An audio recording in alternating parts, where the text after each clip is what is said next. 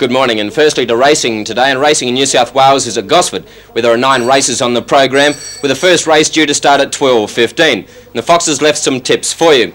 The Daily Double will be conducted on races 6 and 8, and in the first leg of the Daily Double, race 6, Fox likes number 2, Tiki Gold. The second leg, race 8, he likes number 5, Water Wagon. The trifecta will be on race 8, and the numbers the Fox likes are 5, 4 and 3, Water Wagon to beat Regal Biscay with Tulla for third spot. And the best bet of the day is in race 4, number 2, Hot Opera. Racing down in Victoria today is at Kyneton, and there's 9 races on the program down there with a 12 o'clock start.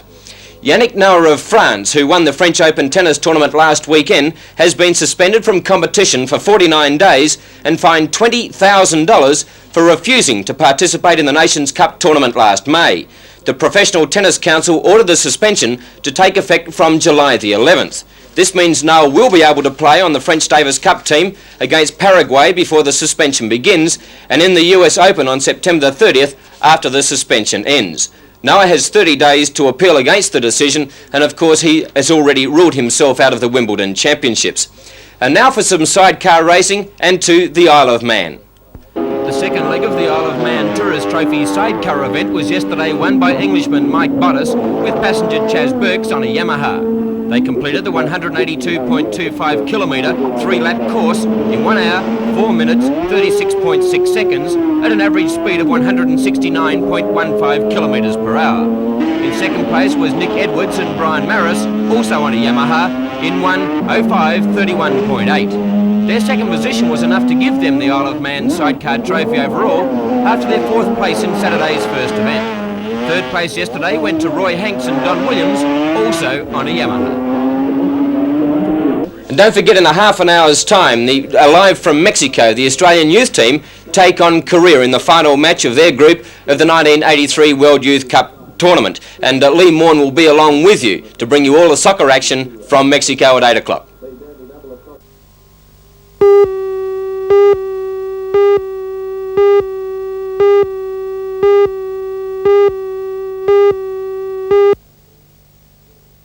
This as a gift on behalf of the Gallery Society for your of a collection that we will all be proud of in Newcastle.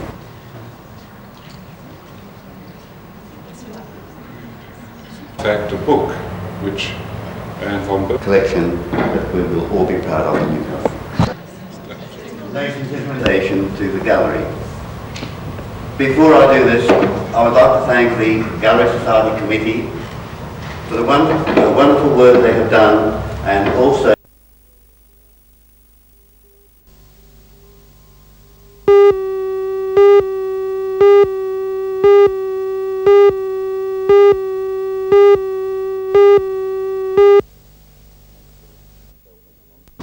it has to help in the long term. We've been after quite a few concessions from our Minister for some time, and we have to be thankful for small mercies.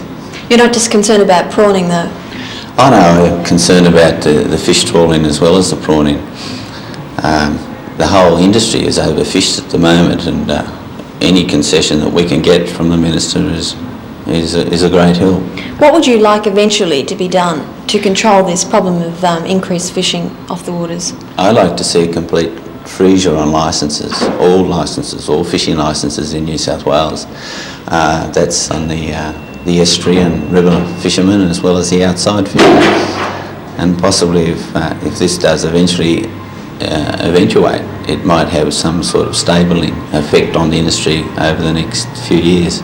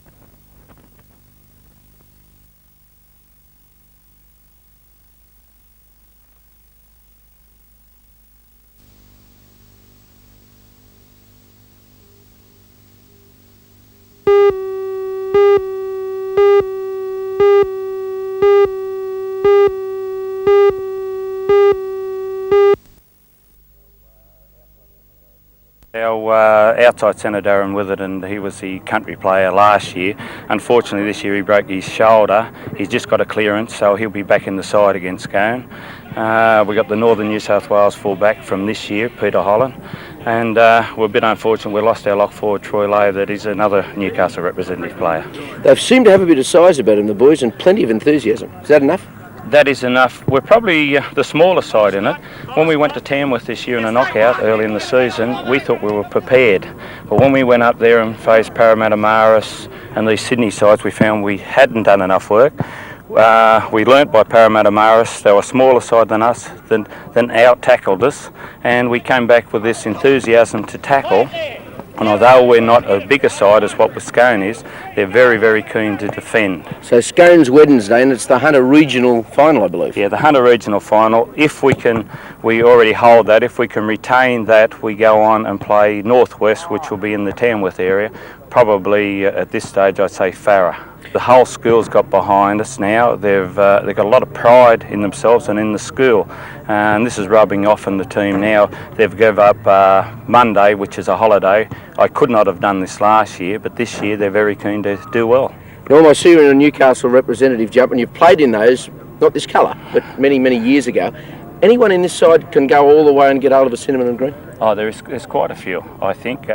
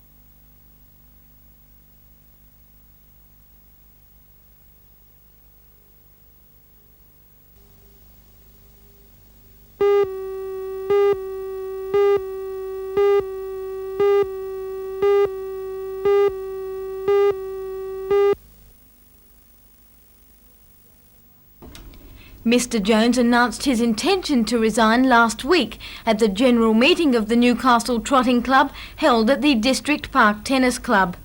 At that time, he gave bitchiness among club members as the reason for his decision, but his written resignation says he is standing down because of illness and his commitments as a member of State Parliament.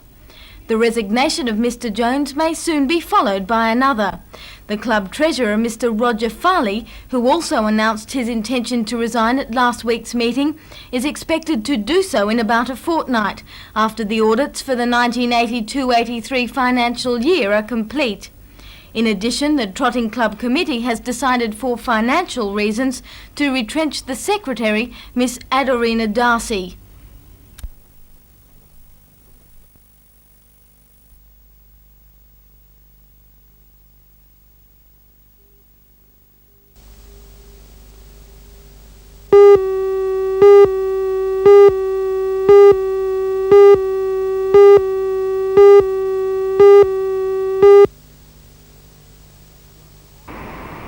Thanks John, good morning. Another cold start to the day.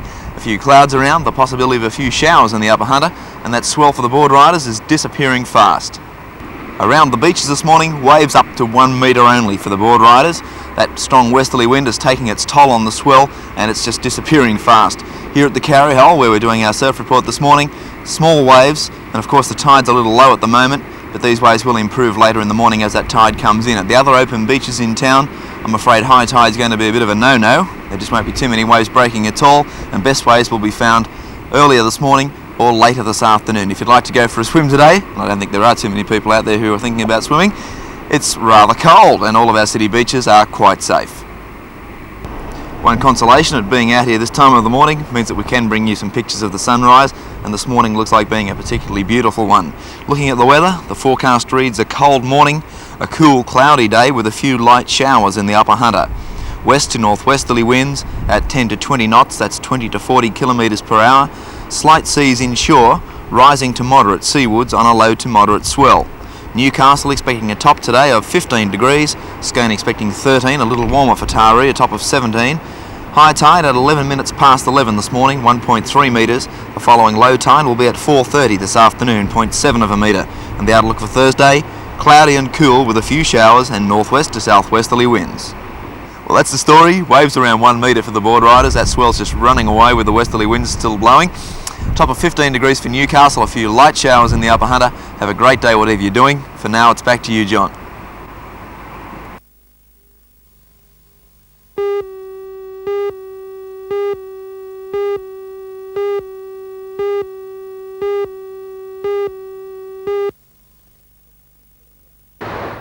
The figure of 17.3 megatons for the past 12 months is up 20% on the previous record of 13.825 megatons established in 1980-81.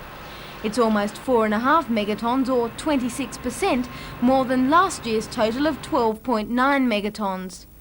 February 1983 saw the largest single shipment of coal from the port of Newcastle, when the vessel Orinoco departed with 123,836 tonnes. According to the Maritime Services Board, which manages the port, the completion of the harbour deepening program and the absence of any major industrial disputes has assisted in attaining the record figure.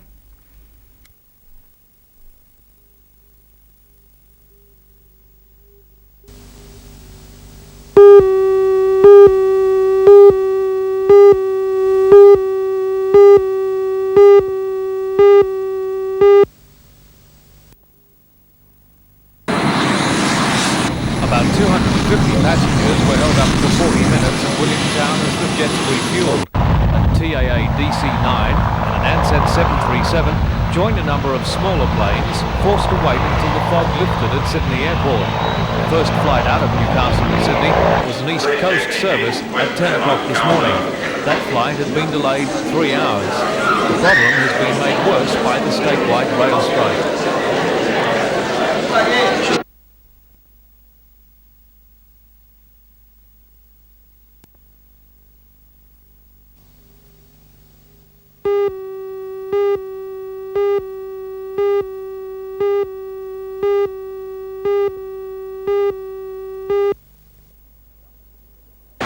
Southern Pacific Hotels Corporation, the new lessee, ran press ads this morning saying that the royal couple would have stayed there.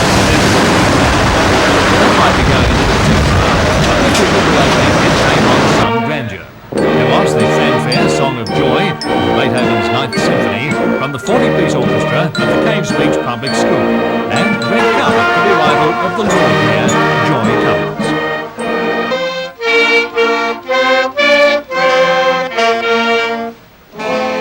Upwards of 100 guests were treated to a banquet fit for a king, after Alderman Cummings wished the establishment well on behalf of her loyal citizens. And there were guided tours of the redecorated rooms, which the owners claim are now fit for royalty. After all, the new name is the Newcastle Park Royal. Already, Southern Pacific has spent $250,000 refurbishing the establishment for the renaming, although the building is still owned by the BHP Staff Superannuation Fund. Another $150,000 at least is yet to be spent bringing the hotel up to the standard the company requires.